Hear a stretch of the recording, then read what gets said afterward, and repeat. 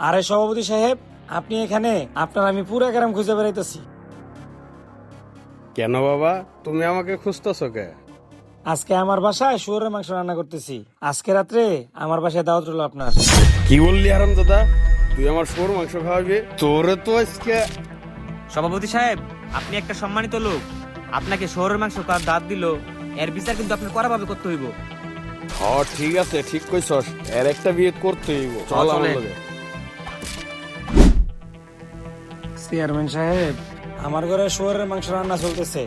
আজকে রাত্রে আমার ঘরে আপনার দাওয়াত। কি বলছিস হারাম দাদা? তুই আমার শুয়ারের মাংস খাওয়াবি? এই সাব্বির ধরতে ওরে। আরে মেম্বার সাহেব দাঁড়ান, আপনি কই যাইতেছেন? আমি তো আপনার কাছে যাইতেছি। আরে সভাপতি সাহেব, মাথা মাথা গরম আছে, কি বলবেন তাড়াতাড়ি বলেন। মেম্বার সাহেব, আমি মুরব্বী মানুষ, তাও আবার এ এলাকার মসজিদের সভাপতি। ওই হারামজাদা আলমগীর, সে আমাকে শুয়োর মাংস খাবার দাওয়াত দিছে। মেম্বার সাহেব, আমার সামনে এই কথা কইছে। কি বললেন সভাপতি সাহেব? ও আপনাকেও শুয়ারের মাংস খাওয়ার দাওয়াত দিচ্ছে? ওই হারাম দাদাই তো আমাকেও শুয়ারের মাংস খাওয়ার দাওয়াত দিচ্ছে। কি বললেন মেম্বার সাহেব? আপনাকেও দাওয়াত দিছে? মেম্বার সাহেব, এর একটা বিয়ে করতে হইব। চলেন, আজকে ওর কঠিন বিচার করতে হইব।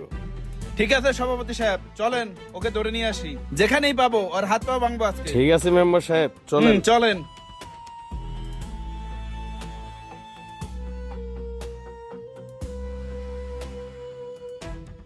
সভাপতি সাহেব, আপনারা সব দলবল বাদি কোথায় যেতেছেন?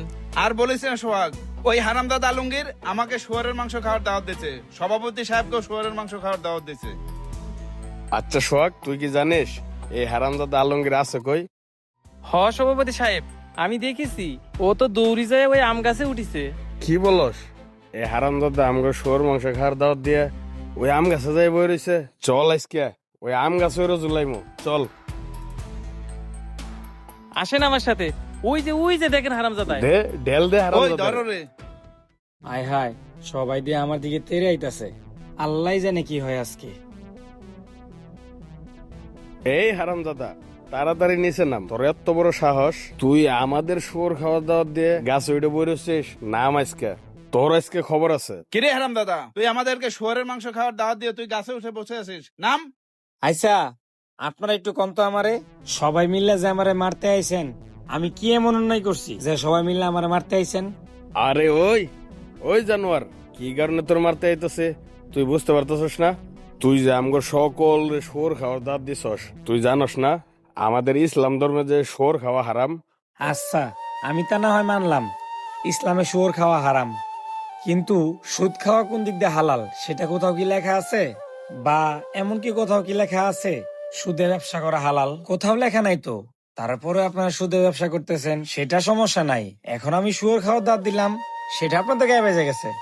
দেখেন, আমি কিন্তু চেয়ারম্যান সাহেব ও সভাপতি সাহেবের একটা লিস্ট করে রাখছি। আমি বলি, আপনি একটু শুনেন। এই যে আমাদের চেয়ারম্যান সাহেব ইসলামী ব্যাংক থেকে 5 কোটি টাকার সিসি লোন তুলেছে।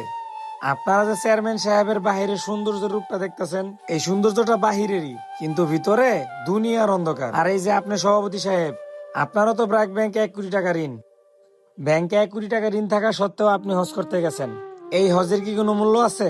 আর এই যে আপনাদের সাথে আরেক দালাল আইছে সোহাগ, এও তো ব্যাংক থেকে 20 লাখ টাকা ঋণ নিছে। লোন তো নিছে, এখন ঠিক মতো ব্যাংকের লোনও পরিশোধ করে না। শুধু তাই নয়, এই যে আমাদের চেয়ারম্যান সাহেব ব্যাংকে থেকে যে 5 কোটি টাকা লোন নিছে, লোন নিয়ে যে নির্বাচন করছে, নির্বাচনে জেতার পরে উনি কিন্তু ব্যাংকের টাকা আর পরিশোধ করে নাই। ওই ঋণ কিন্তু এখনো রয়ে গেছে। শুধু তাই নয়, চেয়ারম্যানই পাশ করার পর মানুষের উপকার করবে তো দূরে থাক, এখন হচ্ছে উনি সুদে টাকা লাগায়। শুধু তাই নয়, এই যে বন্যা বিপর্যয় আসে, এই সময় যে ত্রাণগুলা আসে, এই যে ত্রাণের টাকাগুলো কই যায়, উনি তো নিজেই একা আত্মসাৎ করে। আর সভাপতি সাহেব, আপনি মাথা নিচা করতেছেন কেন? আপনিও তো একজন সম্মানীয় ব্যক্তি, মসজিদের সভাপতি সাহেব। আপনি তাহলে কেন সুদে টাকা লাগান? হইছে তুই চুপ থাক। সভাপতি সাহেব, ও কিন্তু ঠিকই কইছে। আল্লাহ শুয়োর খাতে না করছে একবার, সুদ খাতে না করছে 70 বার। কিন্তু আমরা কি করি? শুরির মাংস খাই না, সুদ কিন্তু ঠিকই খেয়ে যাচ্ছি। আর আমরা সকলেই কিন্তু ঠিকই প্রতিদিনই সুদ নেনা করতেছি। সোহাগ, তুমি ঠিকই বলছো। আমরা আজকের থেকে আর সুদ খাবো না। আর মেম্বার সাহেব, আপনার কাছে একটা অনুরোধ, আমাদের এই সমাজে সুদের জন্য আর প্রচলন না থাকে, এই দায়িত্ব আপনার, আর এই ব্যবস্থাও আপনারই করতে হইব। হ্যাঁ সভাপতি সাহেব, আপনি ঠিকই বলছেন। আমরা আসলে টাকার লোভে পড়ে বিভিন্ন সময় বিভিন্ন অপরাধে লিপ্ত থাকি। আজকে থেকে আমি এটা কড়া পদক্ষেপ নেব, কখনোই যেন সুদ আর ঘুষ এখানে না চলে। আর এই আলমগীর শোন, কেউ কোনো হাত তুলবে না, মারবে না, তুই নেমে যা, তুই নেমে যা, তুই নেমে যা, তুই আমাদের চোখ কান খুলে দিয়েছিস। হ্যাঁ আলমগীর, নেমে আসো। তো ভিউয়ার্স, এই ভিডিওটা দেখে কে কি বুঝলেন অবশ্যই কমেন্ট বক্সে কমেন্টস করে জানাতে ভুলবেন না। Thanks for watching my videos.